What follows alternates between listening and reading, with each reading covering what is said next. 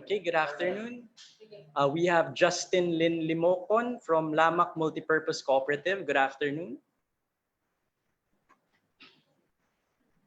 We have Maria Luz Dasmariñas from Manila City. Hi.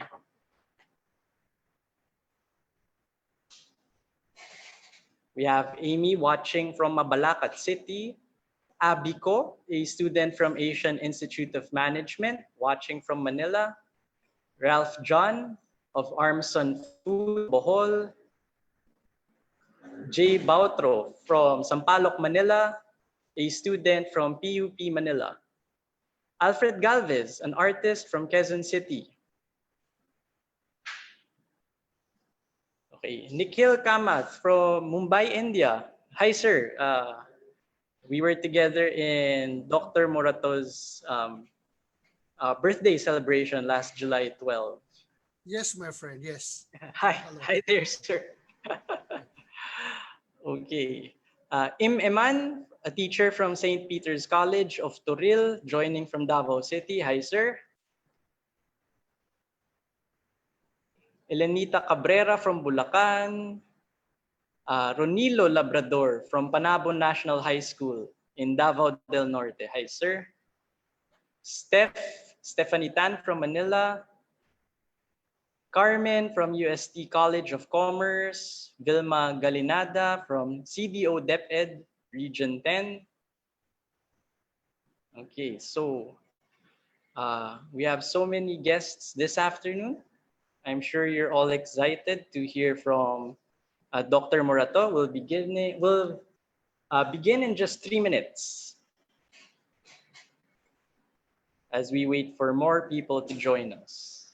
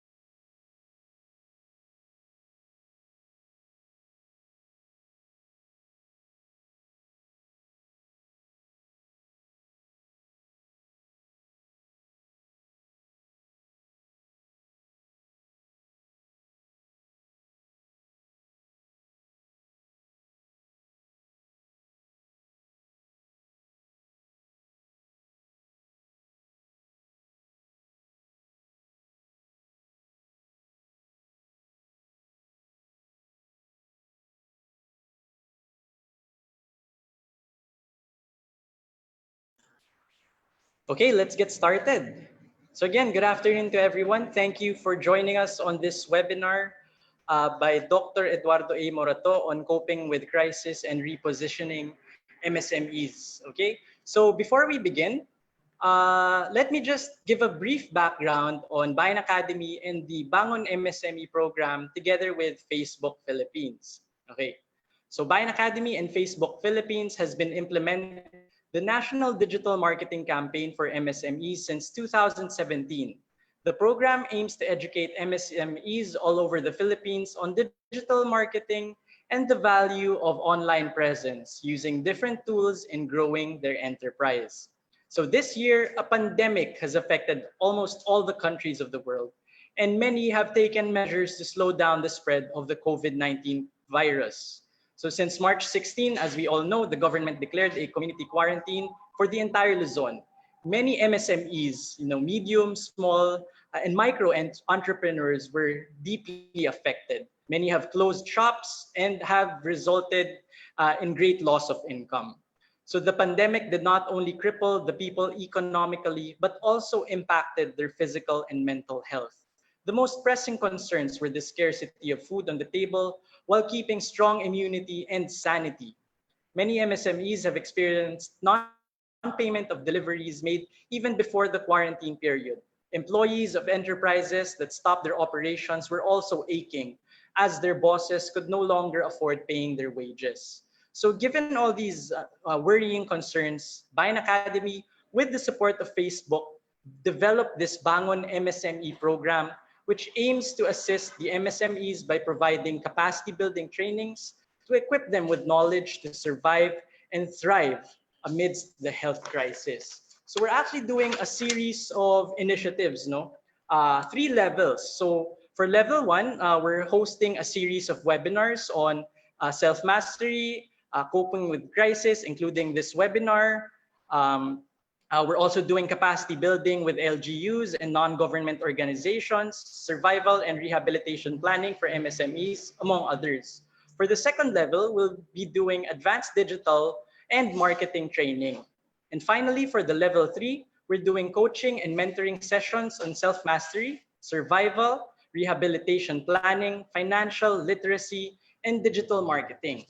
So again, this webinar on coping with crisis and repositioning MSMEs is part of the level one initiative of the Bangon MSME program. So with us today, we have a very esteemed speaker, our chairman and president of the Bayan Group of Foundations, Dr. Eduardo A. Morato Jr. So let me give a brief introduction. Dr. Eduardo A. Morato Jr. has thus far written 52 books, including 6 in the field of education. Other topics include strategic planning, development management, self-mastery, entrepreneurship, leadership, finance, marketing, and the arts. These books have been the mainstay materials in his 44 full-time and part-time years in the academe.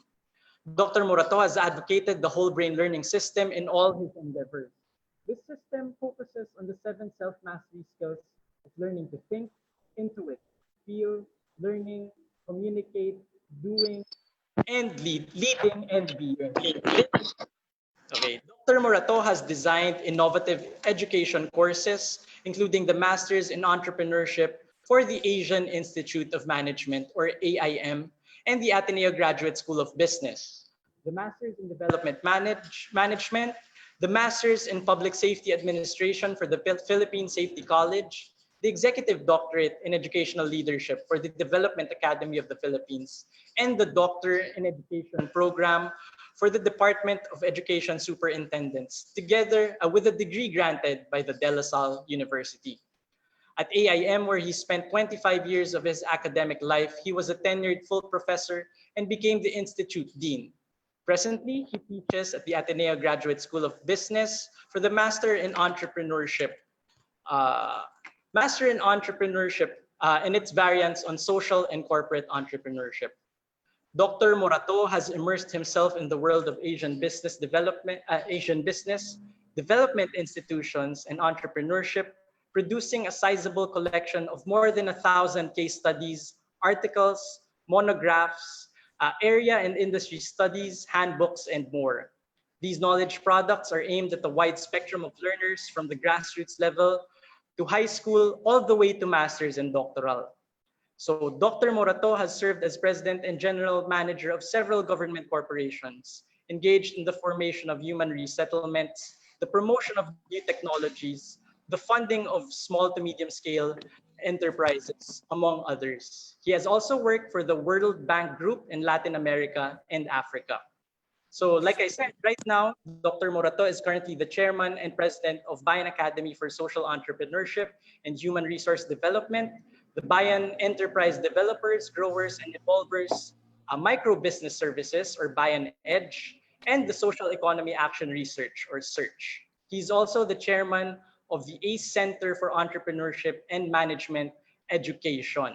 Okay, so all of these organizations are dedicated to the upliftment of the Filipino people through training and education, consultancy, and community development. Okay. Lastly, Dr. Morato holds an AB Economics degree cum laude from the Ateneo de Manila University, an MBA with high distinction from AIM, and is a Doctor of Public Administration from the University of the Philippines. Okay, so without further ado, let me introduce our speaker for today, Dr. Eduardo A. Morato Jr.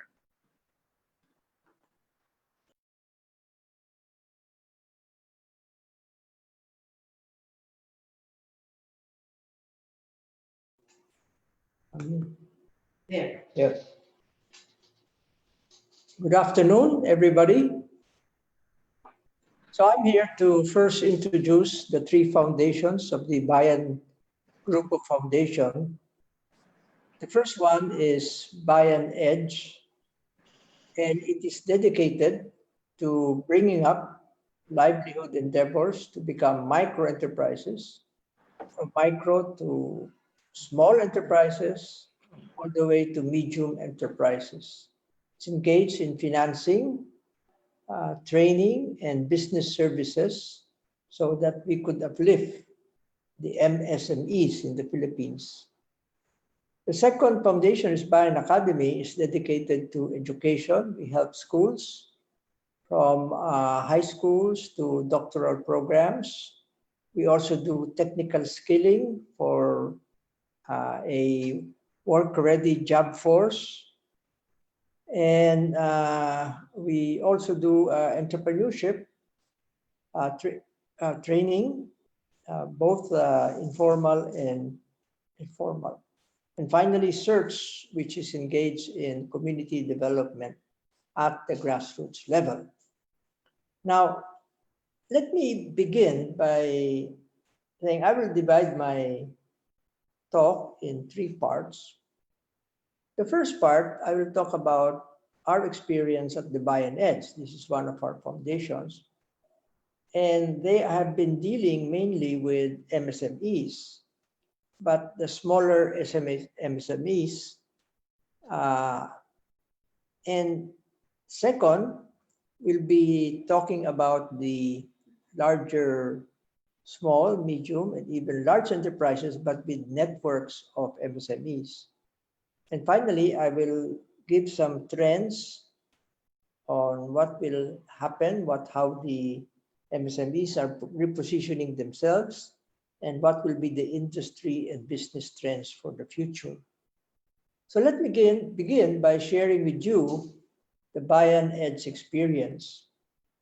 So we are devoted to growing micro enterprises through financing, training, and business services. We surveyed 1,599 of our clients during the ECQ. This is March, April, May. And you could see from the chart there that when we say bleeding, these are companies that are losing money, surviving more or less, break even, and thriving, they're doing very well. So during the ECQ, 70% said they were bleeding, 27% said they were surviving, and only 3% were thriving. By June, as the economy opened up under GCQ, again, we did another survey of 1,601 clients. And you could see there that the bleeding is 34%, surviving is 53%, and thriving is 17%. So what conclusions can we derive from that? So opening up the economy led to a 50% drop in bleeding microenterprises and a 100% increase in surviving microenterprises. But the major finding here is that thriving enterprises rose tremendously from 3% to 17%, which tells us that MSMEs seem to have the capacity to bounce back if the economy just opens up. So this gives us a lot of hope that although a lot of people lost their jobs, the MSMEs perhaps can really bounce back and hire back all of the people that have lost their jobs. Next. So 53% of the clients were paying loans and interest plus incurring savings. 17% were paying loans and interest. 0% were just paying interest, and 30% irregular payments. The conclusion is that most microenterprise clients wanted to keep their commitments and pay their obligations. Again, a very good sign that the clients were doing very well. Now, we made the latest survey as of July 15. As you can see, we have constant contact with our clients, and 1,547 were surveyed. The income statement showed that 21% were showing losses, or this is the bleeding, and 48% at break even, and 33% generating profits. This is further proof of the bounce back because, as you can see, the bleeding went down significantly, and it was really the companies generating profits that went up from 17% to 33%. So what were the coping mechanisms of the borrowers? Well, 32% availed of personal financial assistance from the government, national and local, during the lockdown. And 23% of them were in fact providing financial assistance to their workers during the lockdown. Only 15% reduced their manpower, so 85% did not reduce manpower, and 17% introduced flexible work arrangements, whereas 83% maintained their workforce.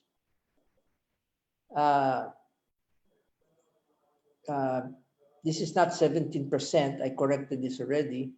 This is 71% said they're pushing through with their businesses. May pumapasok na.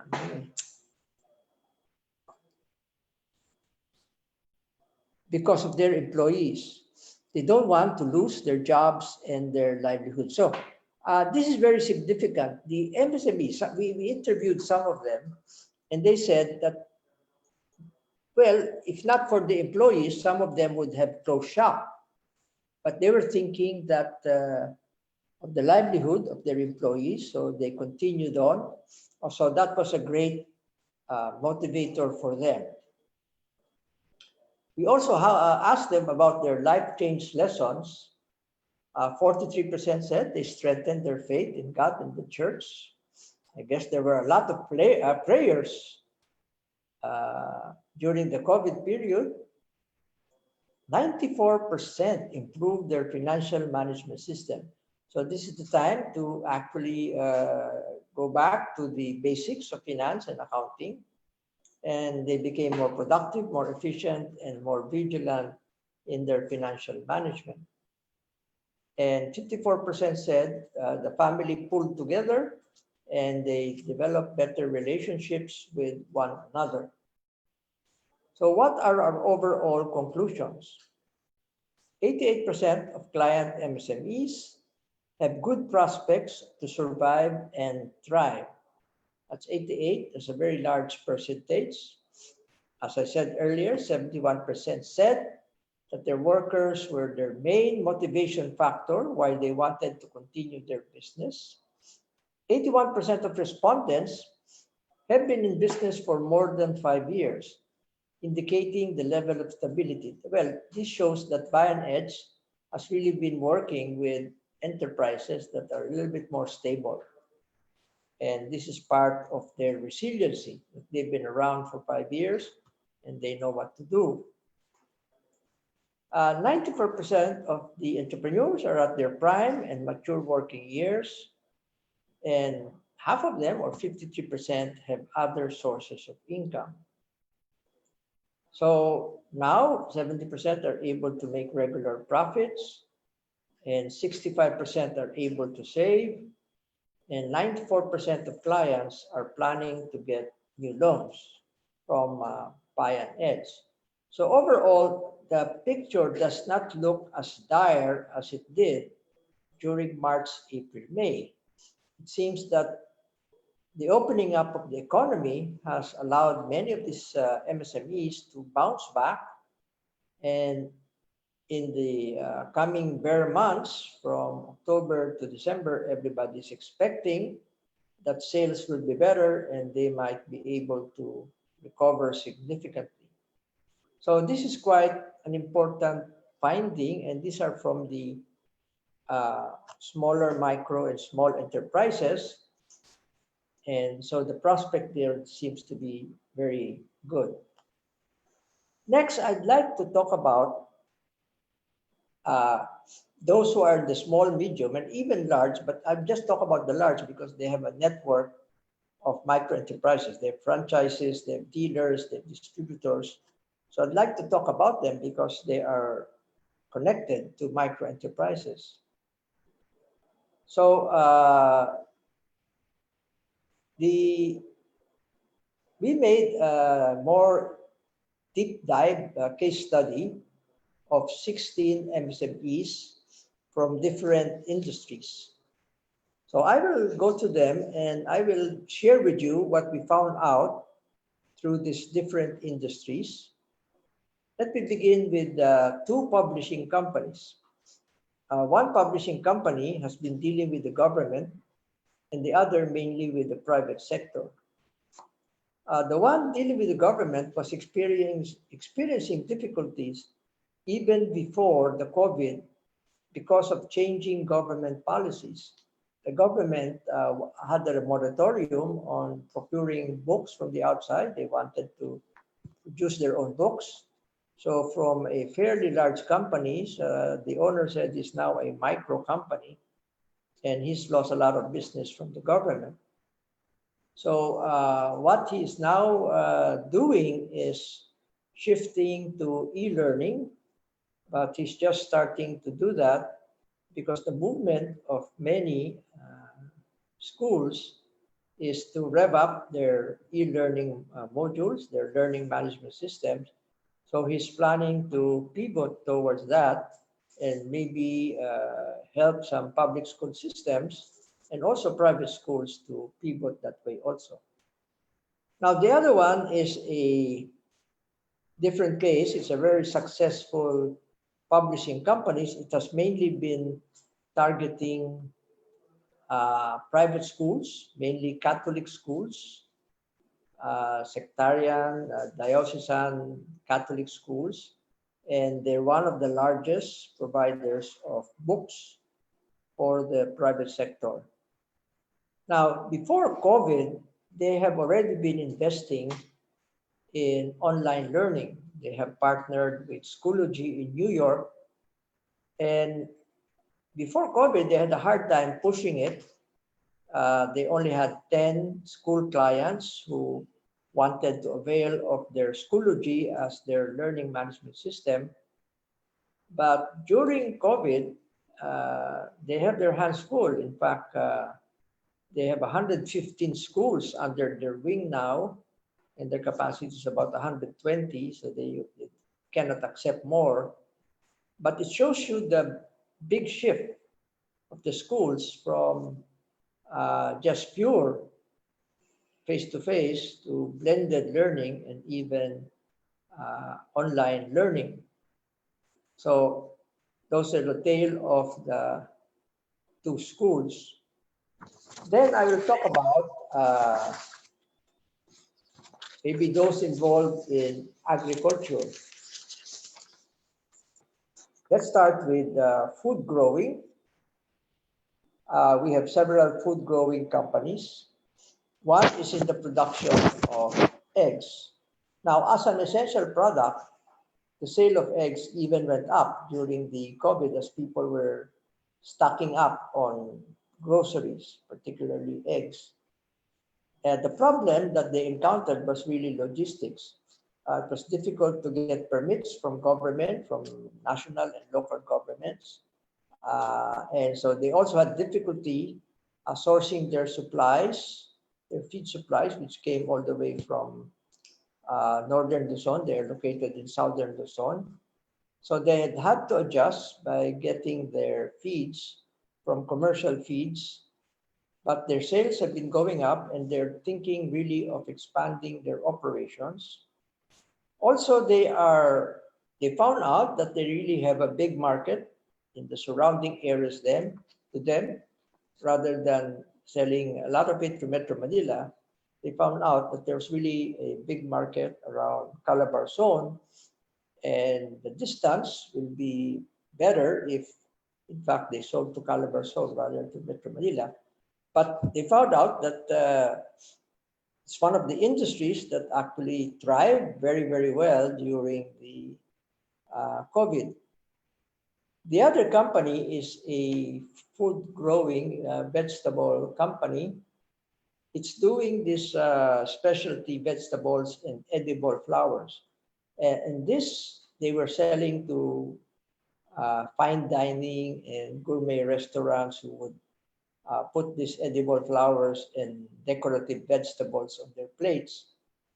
But because of the COVID, there was a problem with transporting these products from Cagayan de Oro in Mindanao all the way to Manila. So they had to change their strategies. They began to develop vegetables for the local market. So they shifted altogether their strategy and they found out they could actually sell in their immediate area. Of course, the value of those vegetables is not that high, but the volume is larger.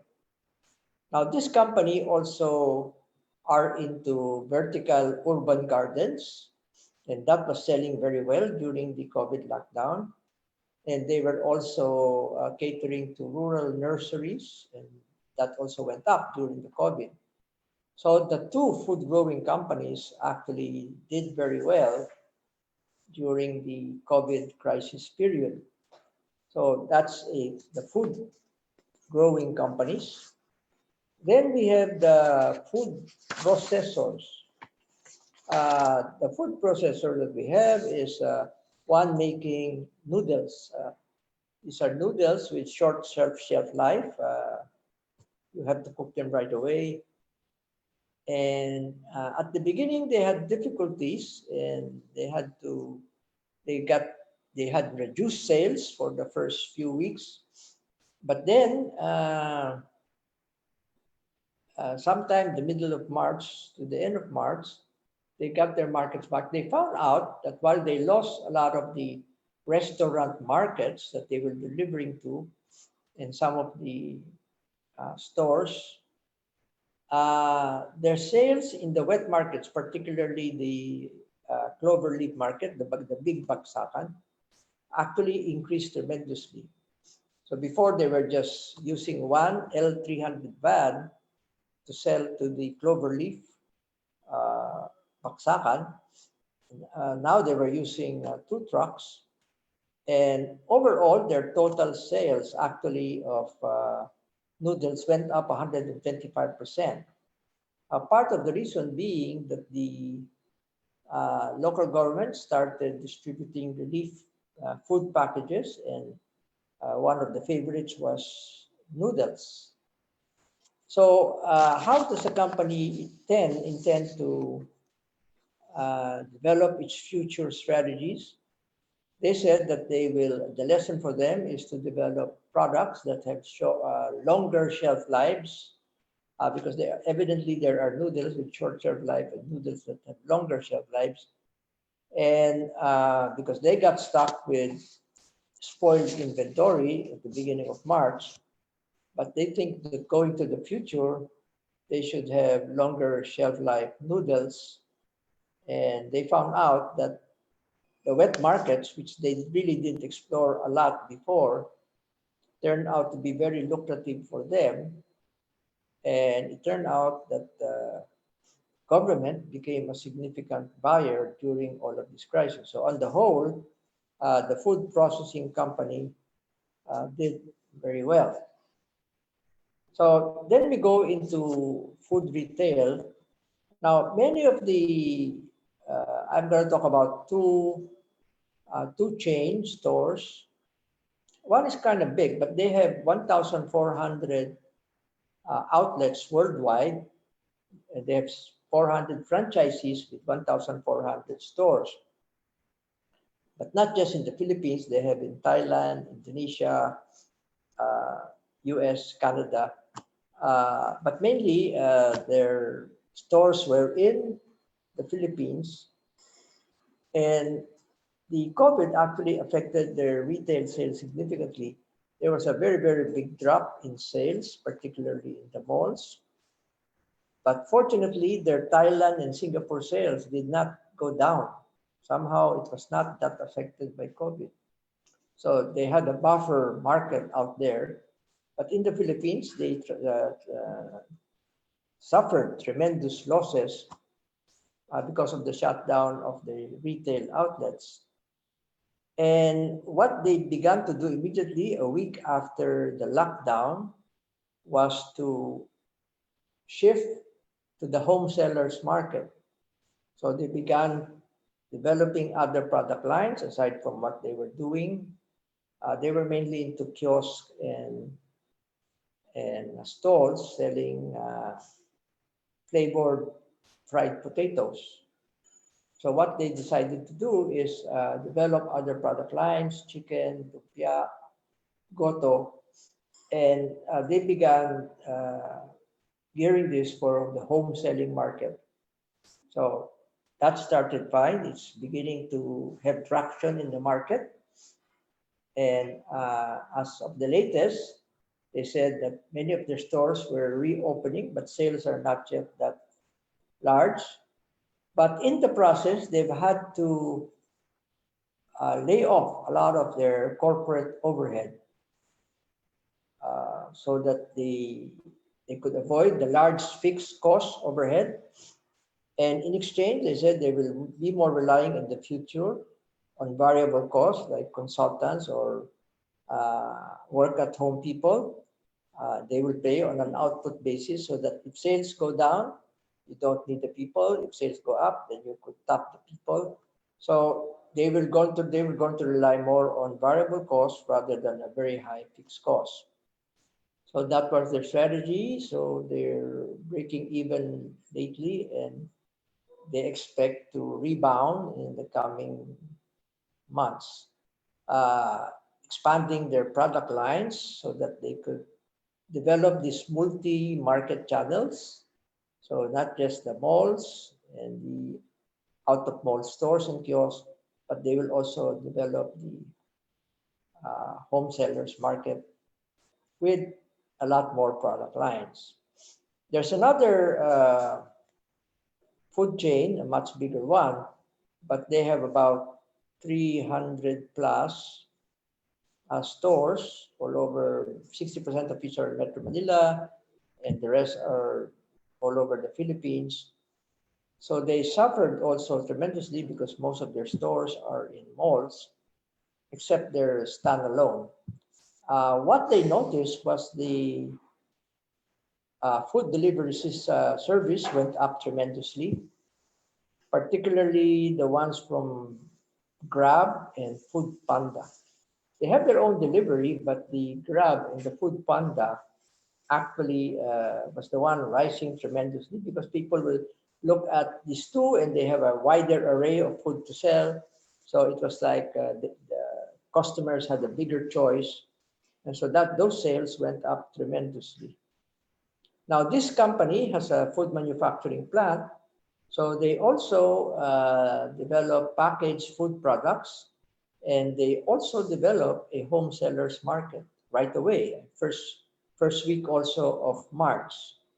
So it seems that these companies with food chain, they have a commissary or a food manufacturing company. They could actually shift to these products, and they found out that there's really a market for it, and that in the future, going into the future, they will have a wider array of products, both of them, and they will have more marketing channels that they will develop. So they will be catering to a lot more segments of the market. Uh, the next group of companies I'm going to talk about are hotels. One hotel even has a hospital sister company. But the first hotel chain has they have 11 hotels, and some are closed down, but some are actually thriving because they entered into long-term lease arrangements with companies like BPO or gaming companies, which actually got their hotel for one whole year. So they're fully booked for one whole year. Of course, the price is lower, but the volume is 100% all year round. So they found out that they could survive. Their cash flow was coming from these long-term leases. So they became flexible in managing their assets. Now, with the opening up of the economies, some of their hotels in such resorts as El Nido and Bohol and other places are also beginning to open up. But some of their hotels are really uh, dedicated to long-term leases. And in the future, he said that the entrepreneur told me that they will pursue that line of attack because it's so hard. After, if you're catering to the individual market, sometimes you have a occupancy rate of 40%, sometimes you have 60, sometimes you have 70. Sure, you have a better price per night, but you never know when your capacity is going to be filled up. And she found out that by going into long-term lease with these companies, she could have 100%, although at a lower price. So that was a better deal for them in terms of cash flow. And this actually helped the company. The other one is in Cebu. They have a resort and a hospital. Now, this is, I wanted to share that with you because at the beginning of January, it was a new hospital, just newly built. They decided that the hospital will cater to COVID patients. So they began buying this COVID testing equipment as early as January. And the problem was, what about the other patients? If you dedicate that to COVID, what about the other patient? Well, the hospital was geared for cancer patients. And since the hotel had no more uh, clients, no more customers, because they were catering mainly to foreign customers in the resort, they transferred their cancer customers to the spa area with surrounding rooms.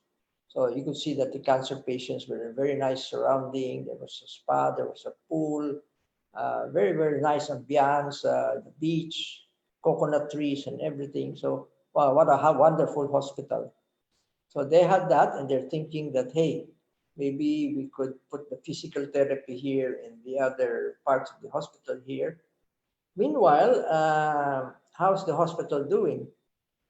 Well, the inpatient occupancy is not as high, but their testing investment proved to be very good. In fact, they're now doing a double shift on testing. They've ordered another equipment, and they're projecting that they will be testing about 3,000 patients a day at a price of 8,000 pesos per test. So you go figure, that's 24 million a day just for testing alone. So I think they're going to survive on that wonderful early entry into the COVID testing business. So I wanted to share that because you see uh, how imaginative and resourceful entrepreneurs are. If one door shuts, they open up another door or they open their windows and they're able to find this. In the future, she thinks she wants to go into retirement homes with the hospital nearby. And I think it's a very good idea because retirement homes are filled with seniors, and seniors are afflicted with chronic diseases like heart, kidney, lungs, and all of that. So they're always in search of hospital care. So it's a very good combination. So you have all of those customers in their retirement home, but very near to a hospital. So it looks like they found a wonderful opportunity because of the COVID. So that's those are the hotel businesses. Then another one is plastics, into plastics. They have to shut down. They were making actually plastic parts for refrigerators, washing machines, and the like. But they're also making tubes and plastic parts for medical devices.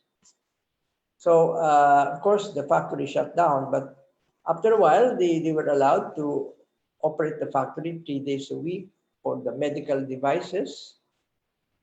And when the economy started opening up, they actually they thought that they will only go to 40% of capacity in July, but they actually went up to 70%. August, they think they can easily get 80, and September, 90% of their capacity. Uh, so what was causing the resurgence of this plastic company? Actually, I was talking to another entrepreneur who was actually selling appliances, and he told me that in his department store, the ones that were selling a lot were washing machines, ovens, refrigerators, and computers.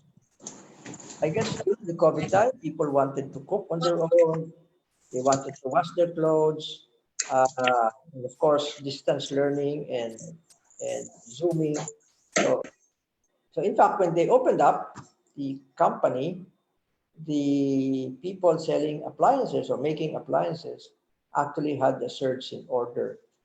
But in the future, he's also thinking of doing plastics for not so much for a B2B or business to business transaction, but a business to customer transaction. So again, he's looking at these other opportunities. And he said that I'll probably make more margin on the B2C market than a B2B market. And the medical devices and medical parts turned out to be a good product line to push. The next is a furniture company in Pampanga. They were quite hard hit because they're doing high-end furniture for export to the US, Europe, and the like, and Middle East. So this was hit hard. Uh, they have 4 factories side by side in Tarlac and 2 factories in Pampanga. They've had to close 3 factories in Tarlac and consolidated everything into the Pampanga. So they just have 1 factory left in Tarlac.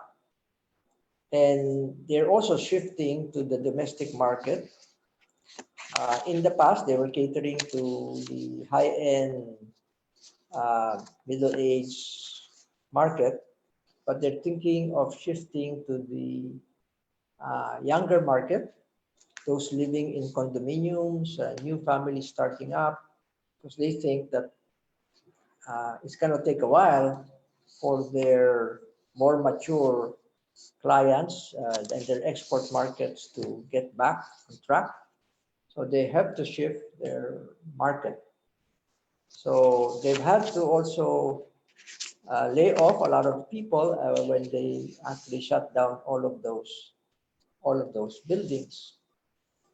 Uh, Another company I'd like to share with you is into wholesale and retail of fuel.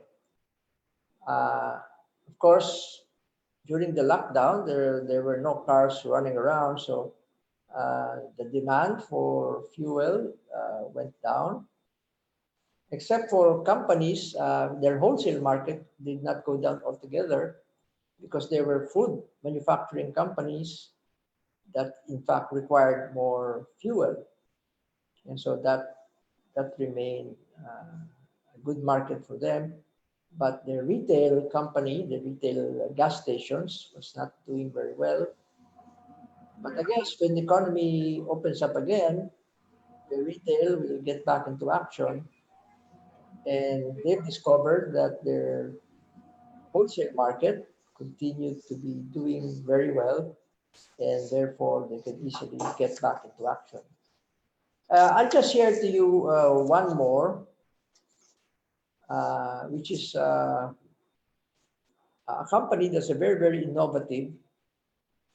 And during the lockdown, of course, they, again, because they were selling most of their products in department stores and retail outlets, but actually, their products were actually two types. One is for these are skin products. Primarily, their product was sunblocks. And of course, there was no summer in the Philippines this year. I mean, no people not be going to the beaches. So this product totally bombed out during the summer. They lost their sales. But the baby products, I mean, these are dishwashing liquids, detergents for washing baby bottles, insect repellents for babies. Uh, that continued to rise, although not in the malls, but home selling, selling to the home markets, direct online selling. Because they had a partner company, a tolling company, they also developed new products, alcohol, sanitizers, the like, meant for the lower income group, and they have introduced this to the market. So uh, I think I just wanted to give you an idea of how these different MSMEs and the larger ones cope during all of the crisis. And my conclusion is that it's not as bleak as people would think. But while a lot of people lost their jobs, once the economy opens it up a bit more, then those jobs will return. And I was particularly heartened by the fact that the smaller the enterprise is, the more they held on to their people because their people were like family to them. It was the larger enterprises that had no difficulty cutting off, say, 50% of their corporate overhead, not their storefront, but the back room. So they could get rid very easily of their back room. So let me go to those conclusions that I made about the case studies that we have done on these 16 companies. Asa na? Huh? Oh, where is it? Not here.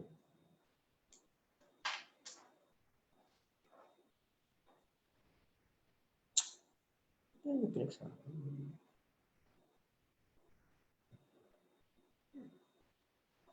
Nothing more.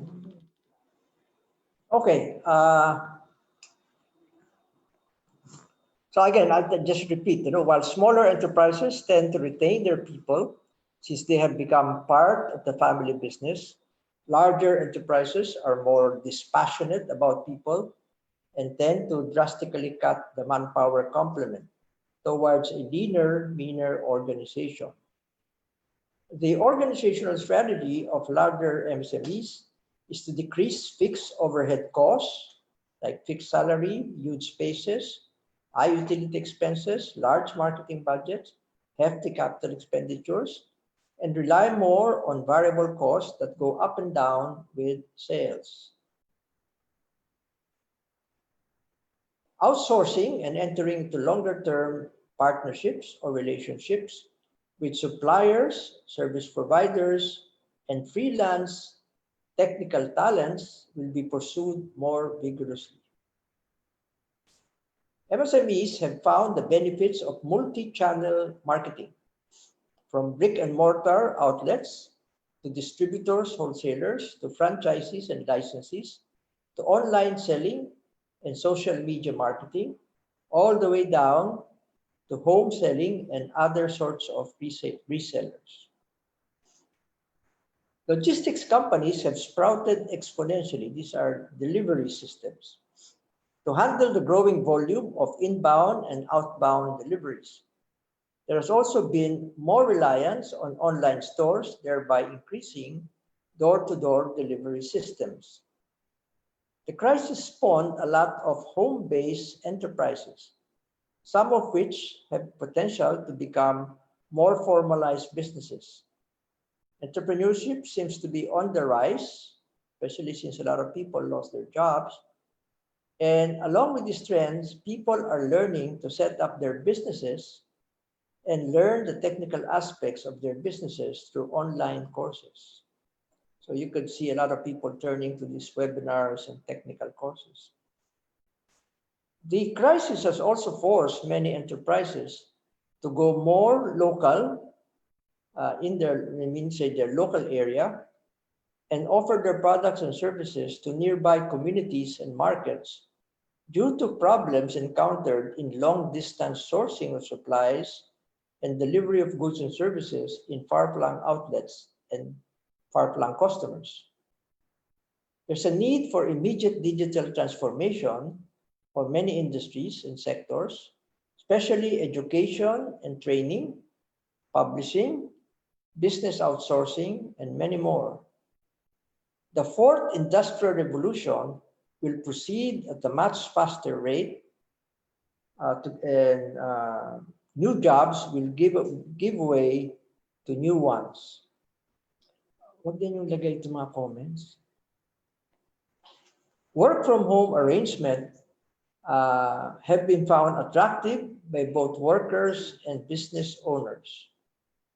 Malls and department stores will experience reduced patronage following the trends in the US and Europe, because that has been reducing in patronage because online services have in fact been very, very much on the rise there before the COVID struck in the Philippines. But we will follow the same pattern in the future. More and more department stores will experience reduced patronage as online selling accelerates. Along with hotels and office buildings, they have to rethink their old strategies and repurpose their rental spaces. Some of the malls are actually accommodating schools into their premises. So long-term services rather than commodity outlets. Small is beautiful with research, as big establishments realized that they had to somehow find business structures and models that would offer greater flexibility, more agility, and better adaptability to meet the demands of fast-changing market, technological, political, social, economic, and ecological environments. So even the big companies found out that it cannot remain that large, and you are less nimble, less flexible if you are one monolithic organization. So it's better to divide your large organization into smaller entrepreneurial units going into the future. So this will be a trend that will be established, and more, I guess the large companies will try to bring down its business down to the medium, small, and finally down to the micro businesses, all the way down to the home sellers market. So we're going to have a more integrated, fuller spectrum of the market from the large to the micro and home selling markets. So that's the entire presentation. So if you have questions on any of the presentation, maybe I'm ready to answer that. Okay, thank you so much, Prof. Ed, no, for that very detailed presentation based on actual experiences of thousands of clients of Buy and Edge, and also your students, former students from the Masters in Entrepreneurship. So as Prof. Ed said, we're opening the floor for our Q&A portion. So again, if you have any questions, feel free to type it up in chat, okay? For now, I've gotten one question, Prof. So Okay. this is from Miss Sylvia of NutriBoard. Okay, so I'll read first. It seems that our program is targeting matured MSMEs that have been operational for 5 years, that have survived the early business deaths and valleys. In connection, She asks, what are our program offerings for early startup founders who are venturing into innovative social enterprises? Ah, our topic is not social enterprises today, right, John? Yes, sir. I guess Okay. I can paraphrase a bit. I think she's interested with regards to what strategies can we offer to the smaller startups, sir, like the enterprises, the ones who probably were just starting as COVID before COVID, uh, before the COVID crisis hit. For me, the startups, a lot of people go into startup businesses, but the truth of the matter is 80%, and that's about a frequently cited number, of startup businesses do not last 5 years. They fail because they're largely people who jump into business not really knowing the basics of business. A lot of the entrepreneurs who enter our Masters in Entrepreneurship program, and some of them have established companies for a long time, but I'm appalled at the fact that they don't even know accounting and finance. Now, how can you manage a company if you don't have a handle on the metrics of a company, the measurements? When I say metrics of the company, these are the market metrics, operations metrics, people metrics, and finally the financial metrics. And to me, especially on the financial metrics, if you don't have a clue about where you are coming from and where you're going, you're probably likely to commit mistakes.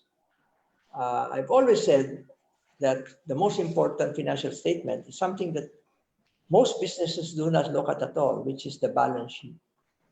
The balance sheet really contains the wealth of the company because it contains all of your assets and then it contains all of your liabilities, which represent the risk part of your business. But a lot of the entrepreneurs just focus on their income statement and cash flow. But the balance sheet, which shows you how much wealth they have really accumulated and how much risk they don't even understand that. So to my mind, the basic courses should be learned by startup companies.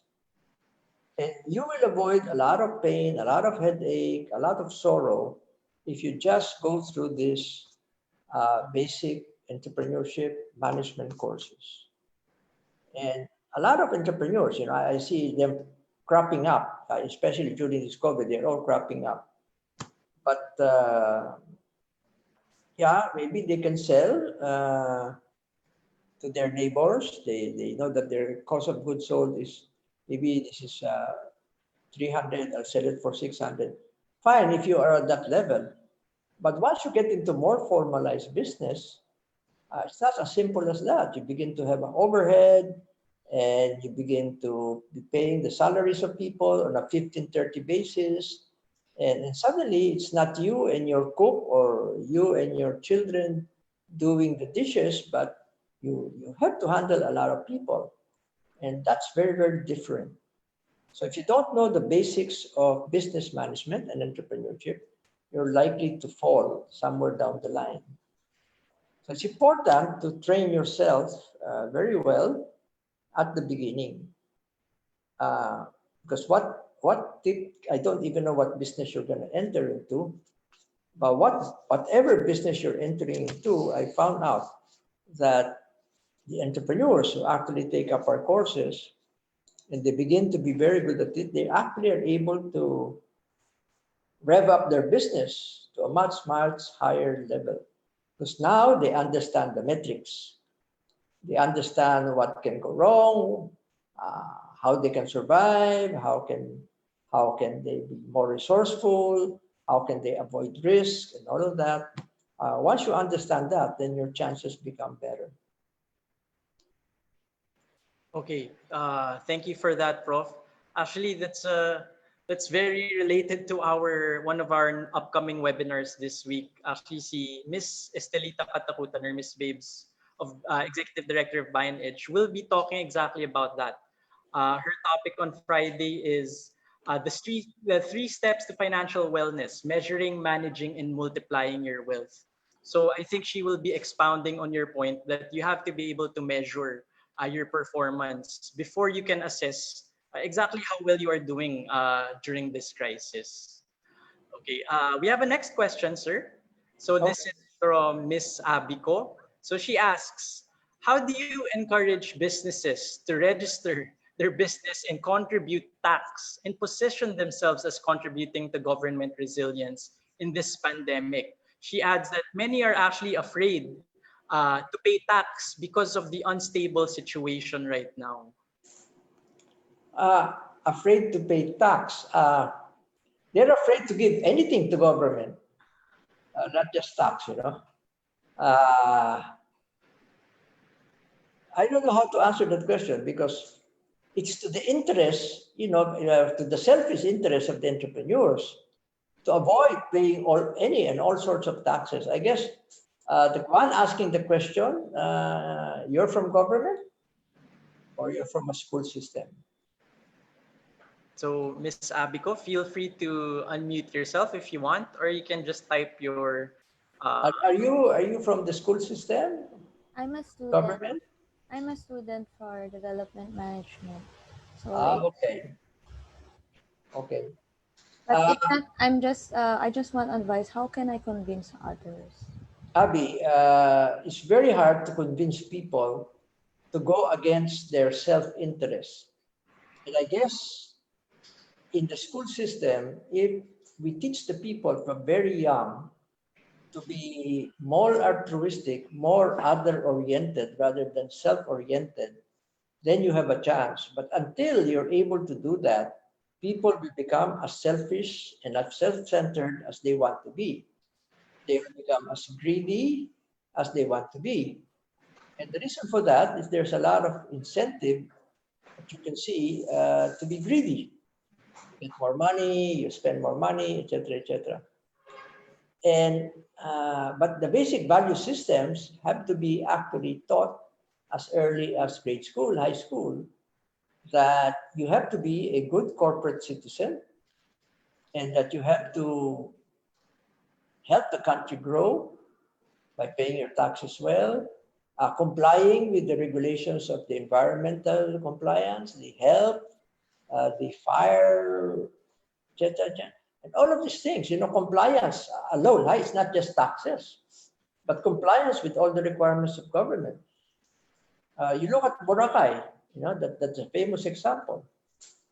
And people just violated everything under the sun because of that greed. How do you make sure people do not have a self-interest? Well, in that case, government had to come in very strong, and government had to enforce itself very strongly and just shut down Boracay. I mean, it takes a lot of political will to do that. Now, BIR should come hammer and tongs against people who don't pay taxes, but they don't go after the small ones. They'd rather go after big ones. And the reason for that is the big ones can pay. So you have to start them young and to develop their value systems. But when they're old and they're used to, one time I asked my students, what values do you have? What is your greatest value? And one of them raised his hands and said, honesty. My greatest value is honesty. I asked him the question, do you fully pay the BIR? You know what he answered me? Sir, hindi kasali sa honesty yun. Patawa ako.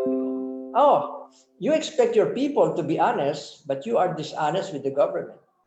So right there, you can see from that example, na as long as they're not affected, they will expect people to be honest, but not themselves. So that's the fact of business. And I share your sentiment. Don't get me wrong. Huh? I share your sentiment exactly. And when I lecture before my entrepreneur students, I keep hammering that. Fulfill your obligations to government. You should be a good corporate citizen. But very few do it. I'm sorry to say. But how to convince them?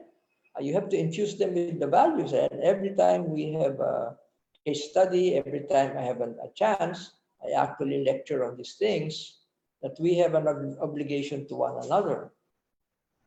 But it's very hard to go against what they have learned for much of their lives. Any other question, John? Okay, thank you for that, Prof.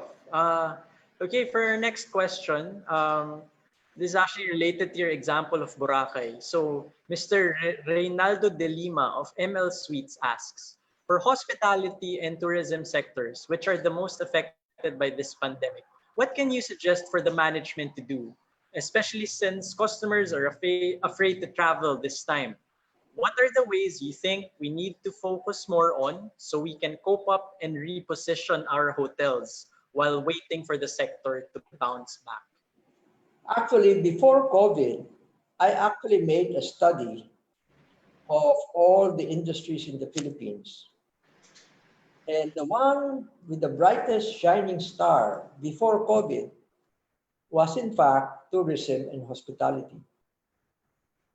In my study of these industries, I pinpointed 8 priority industries. And the number one was tourism because it would yield the most employment in the next 5 years. And this includes hotels, restaurants, and the like. But the COVID actually hit this number one industry that I was talking about. Now, if things normalize, tourism and hospitality will come back with a vengeance. Now, the problem is you now have assets. You have this hotel, you have this restaurant. Those are assets. And that's why in my lecture, I was talking about the strategy of one of these hotel owners, which is to repurpose the fixed assets. While there is a crisis, she entered into 1 year contract with a gaming company, and another went into a 1 year contract with the BPO. And they had a long-term lease of their hotel. So you have to repurpose your fixed asset into something else while waiting for the market to return. Otherwise, you'll just have empty rooms. Now, if you don't have a debt, you're fine because those assets will not go away. The assets will not walk away. They're not like inventory na it will rot or it will spoil. So the fixed asset is just there. But the thing is, you want to generate cash flow during this time. So you have to repurpose your assets. What can I use my assets for? Remember, I told you in the malls, the retailers don't want to come back. So they're bringing in schools to their malls.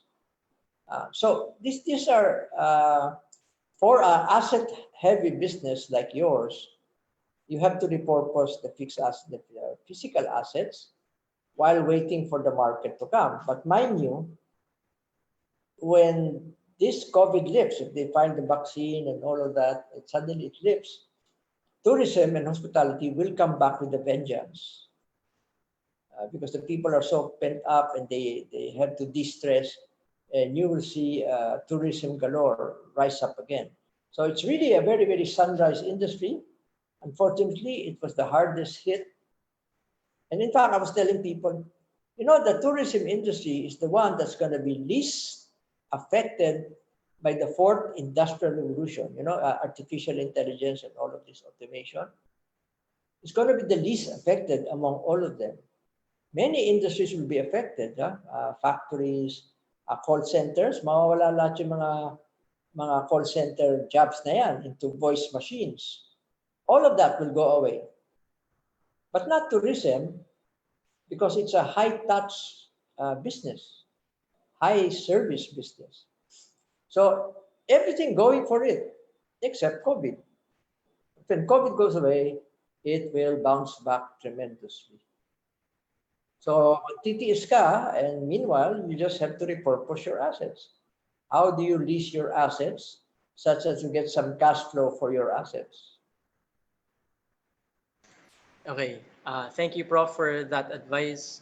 Actually, kami dito sa bayan, we're already planning our next outing as soon as we discover a vaccine. So talagang we'll be back with the vengeance sa beach. Okay. Yeah, good. That's a good thing. Yeah. We have a question from Miss Lizabel Holganza. So many of the small businesses who have an opportunity to grow their market are hindered by the tremendously high logistics costs of transporting goods, especially inter-island transport. Okay, so this totally affects pricing. Should they adjust their selling prices to hit margins, or but they might price themselves out of the market? So how do they position themselves and still compete and expand their market?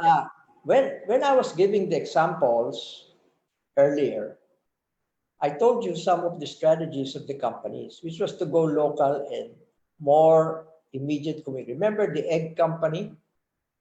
They discovered that there's really a tremendous market in Calabarzon. So why were they selling 60% of their eggs in Metro Manila?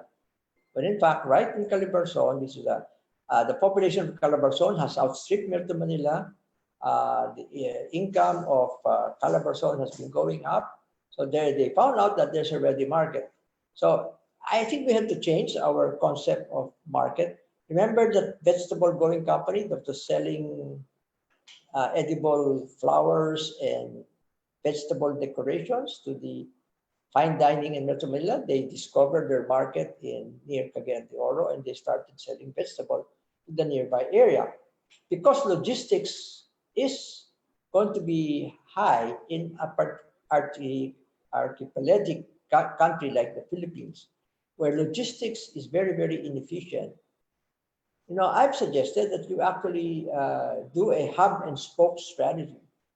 You put up your processing plant or whatever in an area and serve that local community or that area rather than from a big central area, and then suddenly you have the problem of distributing all over the Philippines. I can't understand why the fast food chain, they want to go all over the Philippines. And I asked them why, because the farther you go, the higher the logistics cost, the harder to monitor your outlets, and you're not counting that delivery cost that is really gotta get you down. So to my mind, you know what? The three biggest markets in the Philippines are NCR, Calabarzon, and Region 3. They're right beside one another, and they're building all the highways and roads connecting these three. If you can just concentrate there, you're okay. Like the fast food chain, they're all over the Philippines, but 60% of their stores are in Metro Manila. What does that tell you? That the main market is still here. But why do you want to go to Davao? Why do you want to go to Cagayan de Oro? Why do you want to go to all over the place? So that you can claim that you are nationwide. But it doesn't make sense if the logistics cost keeps going up. In fact, I've seen a lot of businesses dry up because of the logistics cost. There was one company making forever flowers. These are artificial flowers from recycled vegetables, fruits, etc. And they were exporting to the States these not artificial, but recycled flowers. Until the post office decided to change their rates, and it went sky high, and they lost all of the export market. So now they have to sell to the local market. They have to find a local market. So to my mind, this is not a good country to sell because the inter-island shipping is very, very inefficient. Now, if you're going to wait for that to become efficient, good luck. Good luck. So it's not going to happen very soon. Sure, they're building highways and all of that, but it's not going to happen very soon. Because it will not happen soon, therefore you have to change your mindset. Try to avoid as much as possible logistics that are far-flung. It's going to take you a while to get there. Don't bang your head on the wall and try to carve out specific areas. That's why I talked about localization and communitization. You begin to focus on area to area, develop a hub and spoke strategy. Rather than trying to be in all places and all places. But people would like to say, yeah, I'm nationwide. Yeah, but to me, I know of one company, they have 3,000 franchises. And I said, do you really add the delivery cost to each of them? Because as you go further and further and further, your delivery costs are skyrocketing, and you don't know that some of these places are already losing money. But since you separate the delivery cost from the food cost, you don't notice it. But to my mind, that's an important factor. Now, however, I said also that because of this crisis, there will now be a heavy emphasis on logistics. A lot of companies are now coming up with logistics solutions. And in fact, one of the food chain companies I was talking about, they have a strategy now for what they call micro logistics, logistics in a particular area. So, kasi yung logistics nagsasabi natin, these are big trucks going distances. But now, they're going to focus on micro logistics, hubs and spokes. So you have to change your mindset. You cannot change what is unchangeable. The fact that we are an archipelago. The fact that we have very expensive inter-island shipping. And that will not change. That will not change. Very soon, that will not change. So don't bang your head on the wall. Okay. Thank you, Prof, again for that very detailed answer. It's 4:18 po. Let me just entertain our last question for this afternoon. But before that, let me recognize the presence. Huwag yung papadali yung mga Let me just recognize the presence of pasok. Mr. June Villacorta, one of our board members here in Bayan Academy. So thank you so much, Sir June Villacorta, for joining us in this webinar. Okay. So our last question comes from Carlo Oira. So he asks, Prof, repurposing assets is a good idea. Would you have the same idea for small schools like ours with 400 square meters and 7 to 8 rooms? Any other repurposing options for small schools? Well, small schools have a problem even before COVID, correct? Are you a private school? So, Yes, Prof. Sir Carlo, Private. Even before COVID, you already were experiencing problems, correct? That's correct, Prof. Correct. Are you in basic education? That's correct, Prof. Prep and elementary. Yes. And many were transferring to, in fact, sa senior high school, they're transferring to the bigger schools. For example, I know of many schools sa high school, nag-transfer sila sa UST, FEU, and the like because these schools were offering senior high school. Pag natapos mo doon, automatically you get into UST, FEU, Arellano, whatever.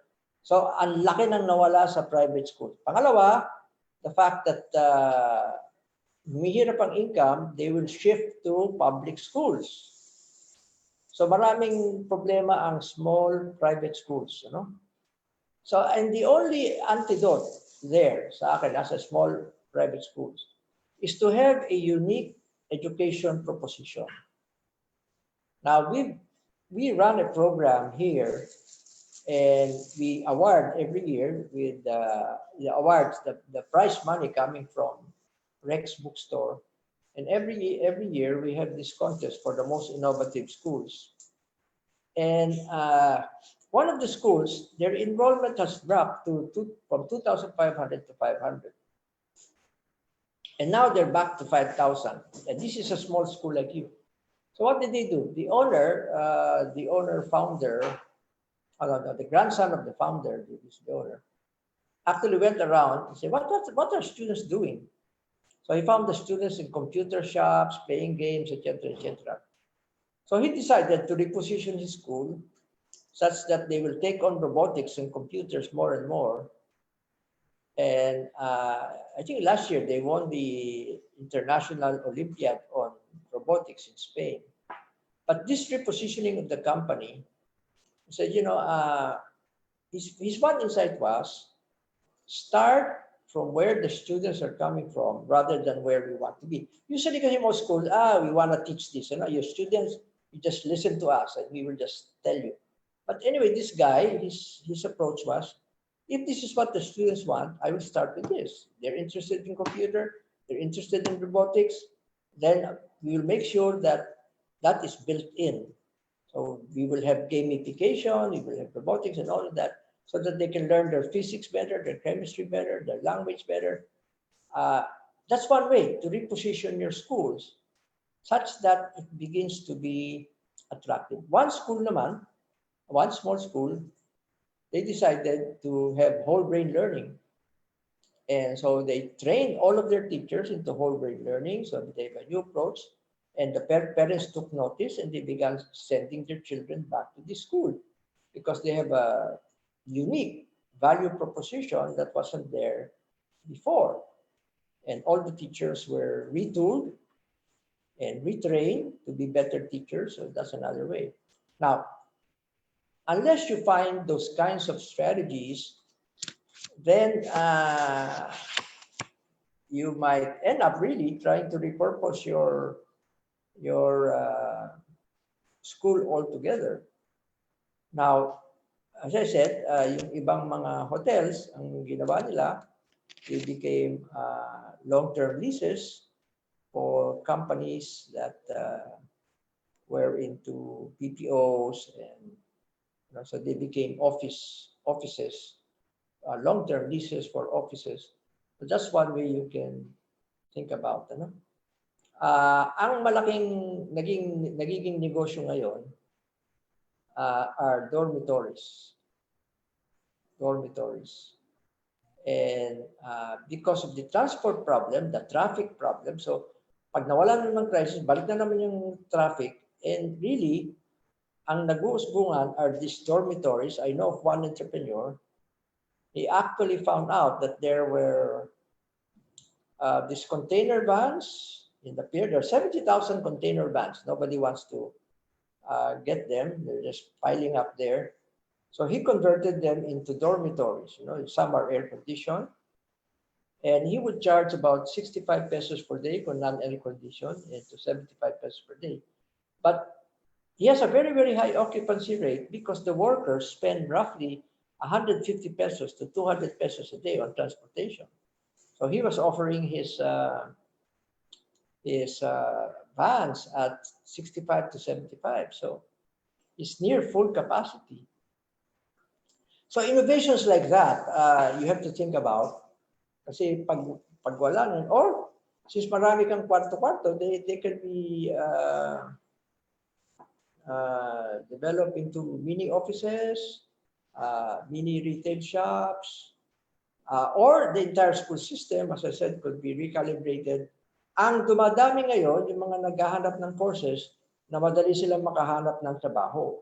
So you can shift from school children to young adults na siguro isang, doon, yung culinary, yung isa doon, courses on programming, animation.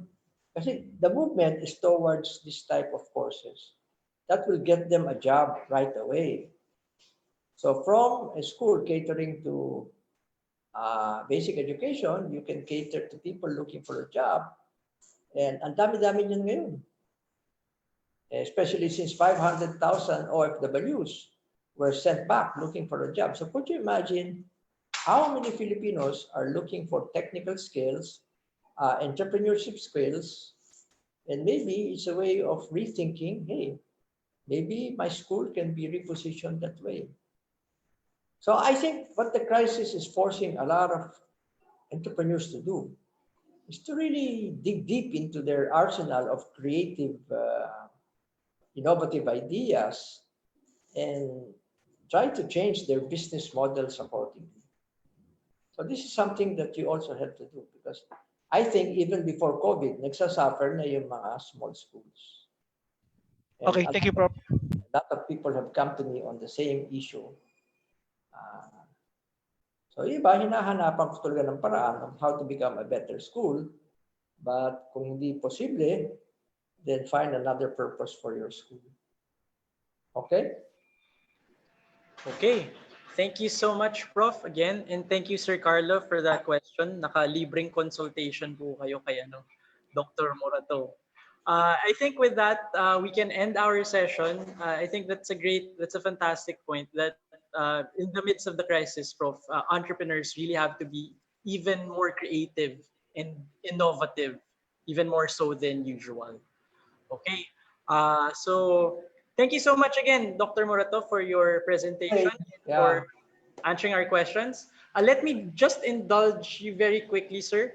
We'll have a screenshot of all participants po. Okay lang ba, Prof? So may we ask all our audience members to open their cameras really quickly.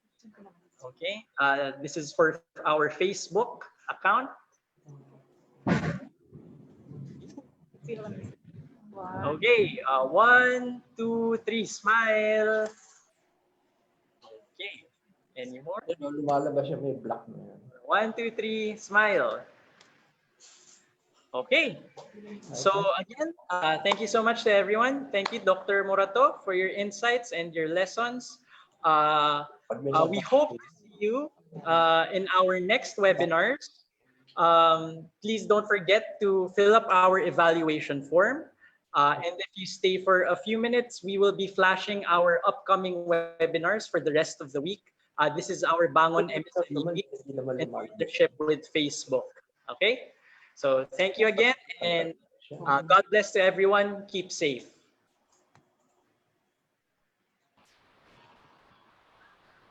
Bye, Prof.